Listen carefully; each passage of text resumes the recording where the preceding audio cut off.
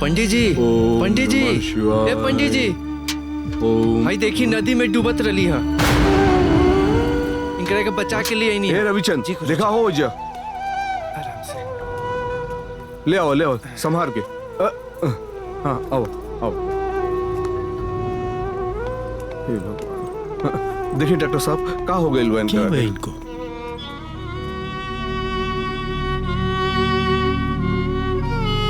वो नदी में डूबत रहले। नदी में डूब रही थी? हाँ ठीक है, मैं चेक करता हूँ। देखिए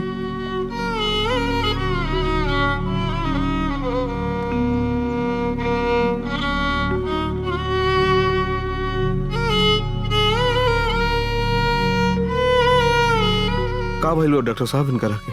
देखिए पंडित जी, हाँ, बात ये है। का बात है? इसकी याददाश्त चली गई है और ये पेट से है। हाँ? वैसे चिंता की कोई बात नहीं पंडित जी। रहुआ का कहा तानी? मैं दवा लिख दे रहा हूँ, आप टाइम टाइम पे देते रहिए, तबीयत ठीक हो जाएगी। अब मैं चलता हूँ। ठीक है। अच्छा प्रणाम। खुश रहो भैया।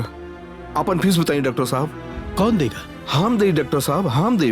अरे महाराज, हाँ ये आप क्या कर रहे हैं? फीस आप देंगे?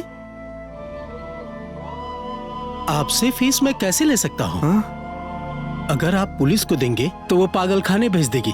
इससे अच्छा आप इसको यहीं पे रखिए। ठीक है? आप ठीक है कहा था नहीं डॉक्टर साहब। हम इनकरा के अपन पास रखब डॉक्टर साहब। ठीक कह रहे हैं। हम इनकर पूरा ख्याल रखब डॉक्टर साहब जी।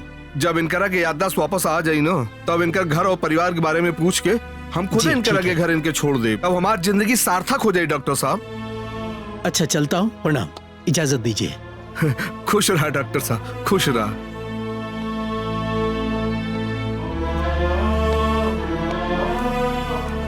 हे भोलेनाथ, इतना सुंदर बिटिया के कौन परेशानी आ गई जवन ऐसा कदम उठौले। एक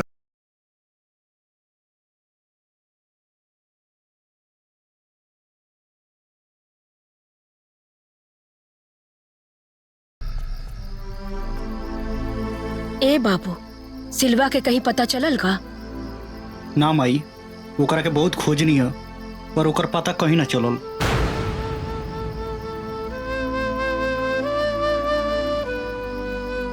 चंदा, ए चंदा, एक गिलास पानी लाओ हो।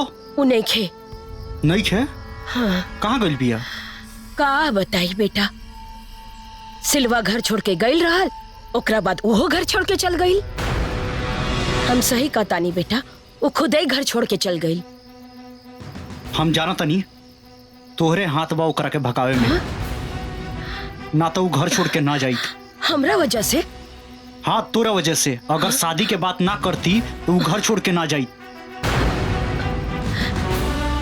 देख सूरज, सिल्वा तो अपन खून रहला, वो तो पराया खून है।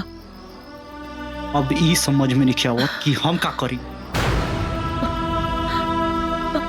बेटा, हम चंदा के ना निकरनी है, वो खुद ही चल गई। तू दूसर घर बसाला बेटा।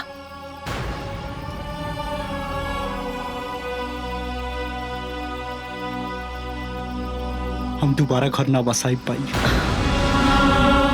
ते जाना तारी न कि हम चंदा से कितना प्यार करी ले। हम ओकरा के ढूंढे जाता नहीं, हम ओकरा बिन ना रहो जाता नहीं। ए सूरज बेटा, तू हमरा के छोड़ के चल जाइबा? अपन माई के तू ओकरा खातिर छोड़ के चल जाइबा? ना बेटा ना। ना, हम ना जाता नहीं। सूरज, चंदा के ढूंढे सूरज बेटा रुक जा। धरती आसमान एक कदम। तू हमरा के छोड़ के मत जा सूरज बेटा। सूरज बेटा, ए बेटा, हे सूरज, सूरज बेटा, सूरज, ए सूरज, मत जा बेटा, मत जा। अपन माई के छोड़ के मत जा, अपन माई के छोड़ के मत जा बेटा, मत जा। ओकरे खातिर अपन माई के छोड़ मत जा।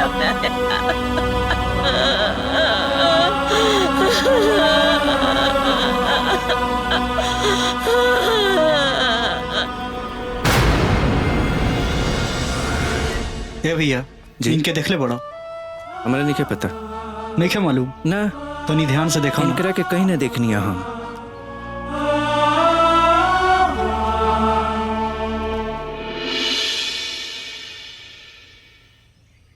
घर तो मिल गई, बस तो के अच्छा नौकरी मिल जाए तो बहुत अच्छा रहा।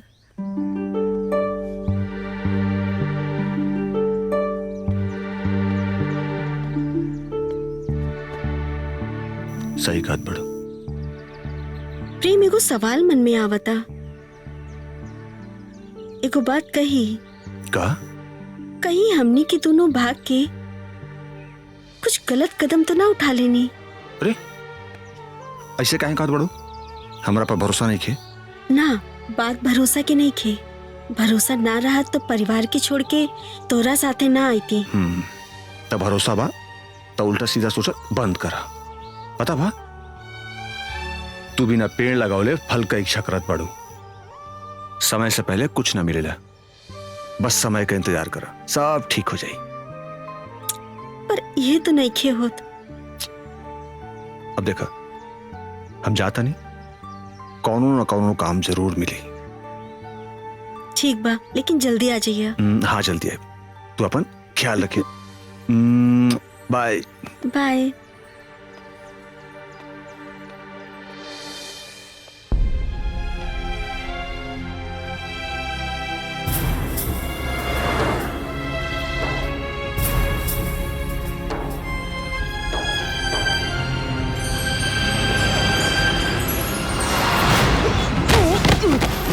अरे गाड़ी रोक, गाड़ी रोक, रोक।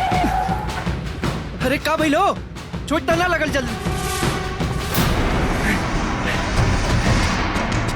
चोट तो नहीं लगल? चलो चलो उठा, अस्पताल चला चलो। अरे कुछ ना, ज्यादा चोट लगल बा? ना ना ठीक बाड़ी। कहाँ जाते रहा? यहाँ हम नया ही, यहाँ वहाँ काम के तलाश में भटकता नहीं। अरे आराम से भाई, पुलिस के कंप्लेन मत करिया। हम तारा के वो काम बताओ तनी, तोहरा कोनो जरूरत हुई तो हमरा के याद करिया। रुको 1 मिनट, हमार विजिटिंग कार्ड रखा, फोन करिया, ठीक है? ठीक। लेकिन कंप्लेन मत करिया जी। हैं? रुका, चलो तारा के छोड़ देता नहीं। ना ना हम अपने आप चले। अच्छा अच्छा ठीक बा, ध्यान रखिए। हे भगवान, बाल बाल बच गए नहीं।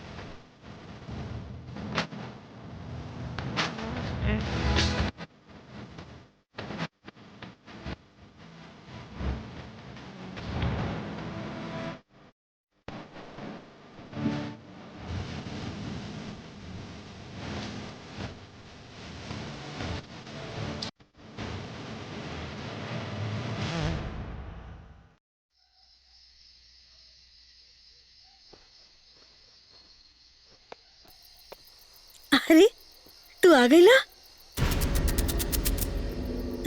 ई का? ई चोट कैसे लग गई? अरे वो गाड़ी से धक्का लग गया। बेटा बेटा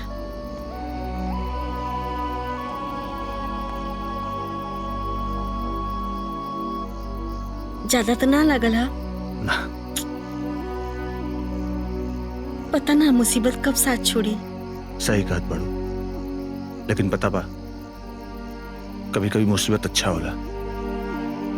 का मतलब? देखा जौन गाड़ी वाला से धक्का लगा वो हमरा के विजिटिंग कार्ड देले बा और बोल रहा जब भी तोरा की जरूरत लगी हमरा कॉल कर लिया।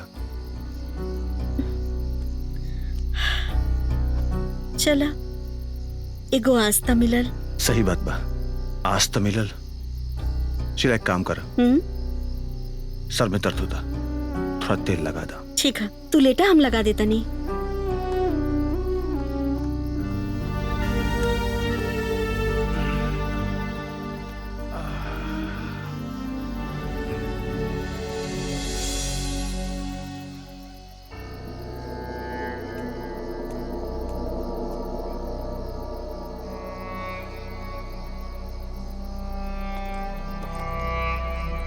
प्रणाम पंडित जी। खुश रहा बचवा। आया था देखने, एक जन को देख चुका, सोचा है कि इसको भी देख लूं। ये तो बहुत अच्छा काम करनी है डॉक्टर साहब। डॉक्टर साहब एगो बात कही, कहिए। रउआ जौन दवाइया देहले बानी उ दवाइया से कोनो फर्के नहीं खे पड़त।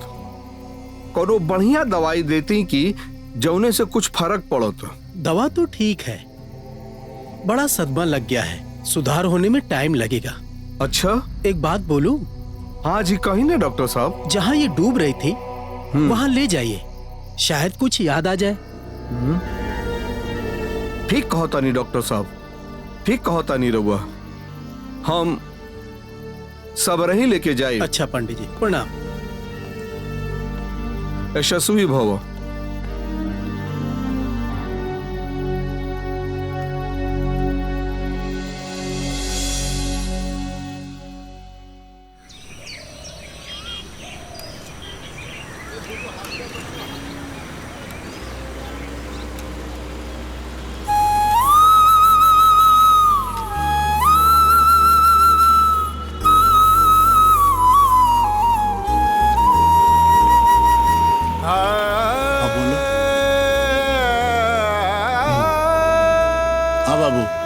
बहुत भूख लगल बा, खाना कई दिन से खइले नहीं खी, कुछ खाए के मिल जाई का? पैसा बात आ रहा ना पैसो नहीं खे। बिन पैसा कैसे खइबा? खाए खातिर तो काम करे के पड़ी। रउरा जौन काम कहम तौन क देम हम। यहाँ काम उहे बा, बर्तन धोआ, साफ सफाई करे के पड़ी। हाँ हम करब। ठीक बा।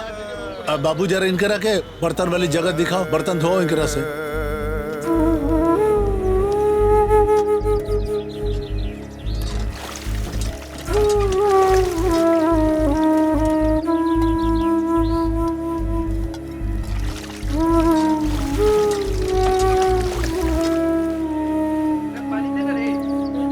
हाँ ले आओ बाबू।